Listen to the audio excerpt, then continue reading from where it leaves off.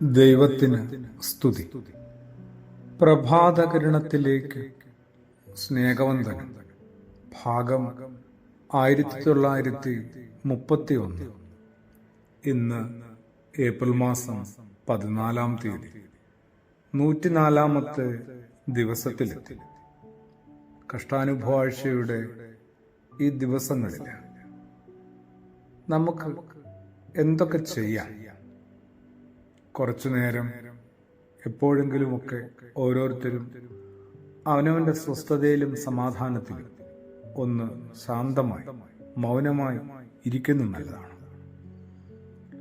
തമ്പുരാൻ അനുഭവിച്ച, ക്രിസ്തുയേശു അനുഭവിച്ച സഹനങ്ങളെയും യാതനകളെയും തീവ്രമായ നൊമ്പരങ്ങളെയും ധ്യാനിപ്പാൻ ഇത്തിരി പരിശ്രമിക്കേണ്ടതാണ്. ഒരു യേശു ഓർമ്മയുടെ ഒപ്പമാകാനായിട്ട് സാധിക്കുമെന്നാണ്. ചില വേദഭാഗങ്ങളോ വചനങ്ങളോ ഒന്ന് ഓർമ്മപ്പെടുത്തി പോവുകയാണ്. പരാതിയെ പറയാത്ത ആളാണ് ക്രിസ്തു. പരാതി പറയുന്നതിൽ വലിയ കാര്യമില്ല എന്ന് നമ്മളെ പഠിപ്പിച്ച ആളാണ്. പരിഭവം കൂടാതെ പലതും സഹിക്കണം എന്ന് നമ്മളെ ഓർമ്മപ്പെടുത്തുകയും ചെയ്യും. എന്നിട്ടും ഇങ്ങനെ എണ്ണിപ്പിറക്കി ചില പരാതികളൊക്കെ യേശുവും പറയുന്നുണ്ട്. യേശുവിന്റെ സങ്കടങ്ങളെയാണ് ഈ ദിവസങ്ങളിൽ നമ്മൾ കണ്ടെത്താൻ ശ്രമിക്കുന്നത്. വിശുദ്ധനായ ലൂക്കോസിന്റെ സുവിശേഷം 7-ാം അധ്യായത്തില് യേശുവിന്റെ ചില സങ്കടങ്ങൾ കിടപ്പുണ്ട്. പരാതിയുടെ രൂപത്തിലാന്നേ ഉള്ളൂ.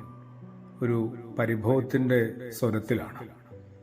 1 അല്ല 2 അല്ല 3 ശമോൻ എന്ന് പറഞ്ഞൊരു മനുഷ്യന്റെ ഭവനത്തിലെ ഒരു വിരുന്നില് യേശുവും പങ്കെടുക്കുകയാണ്. ക്ഷണിച്ചു എന്നതാണ് കേട്ടോ.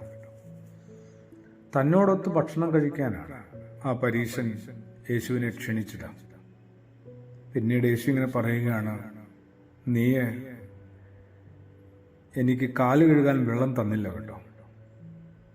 പിന്നെ പറഞ്ഞു, നീ എനിക്ക് ചുംബനവും തന്നില്ല, നീ എൻ്റെ തലയിൽ തൈലവും പൂശിയില്ല. ഇതെല്ലാം യഹൂദരുടെ അതിഥി സൽക്കാരവും സ്വീകരണവുമായി ബന്ധപ്പെട്ട കാര്യങ്ങളാണ്. അവഗണിച്ചു എന്നതിനെയും അവഹേളിച്ചു എന്നതും ഒക്കെ നമുക്ക് പിടുത്തം കിട്ടുന്നുണ്ട്. യേശു എന്താ ഇത് പറയാൻ ഇങ്ങനെ എണ്ണിപ്പെറുക്കി കുറച്ച് പരാതികളും പരിഭവങ്ങളും പറഞ്ഞെന്നറിയോ? നീ ചെയ്ത കാര്യങ്ങളൊക്കെ വലിയ കാര്യങ്ങളാണ്. വിരുന്നൊക്കെ നടത്തുന്നു, എല്ലാവരെയും ക്ഷണിക്കുന്നു, ഒരുപാട് കാര്യങ്ങൾ ഞാനും നമ്മളും ചെയ്യുന്നുണ്ടാവും. അതെല്ലാം വലിയ വലിയ കാര്യങ്ങളാണ്. അതിനകത്ത് എന്തുമാത്രം സ്നേഹമുണ്ട് എന്ന് നമ്മൾ ആരായുന്നില്ല, ഉറപ്പുവരുത്തുന്നില്ല. സ്നേഹമില്ലാതെ നമ്മൾ എന്ത് ചെയ്താലും അതൊന്നും പരിഗണിക്കപ്പെടുന്നില്ല, മൂല്യമുള്ളതായി മാറുന്നില്ല, അതിനകത്തൊരു ജീവൻ ഉണ്ടാവില്ല. അതുകൊണ്ടാണ് ക്രിസ്തുയേശു ഇവിടെ എണ്ണിപ്പെറുക്കി ചില പരിഭവങ്ങളൊക്കെ പറയാനായിട്ട് മുതിർന്നത്. നമ്മളോടും കൂടിയാണ്. നമ്മളും ഇങ്ങനെ സ്നേഹമില്ലാതെ എന്തെല്ലാം കാര്യങ്ങൾ നാട്യത്തിലൂടെ ചെയ്ത് പൂർത്തീകരിക്കുന്നുണ്ട്. ജീവിതം തന്നെ സ്നേഹമില്ലായ്മയുടെ അടയാളമായി മാറിയോ?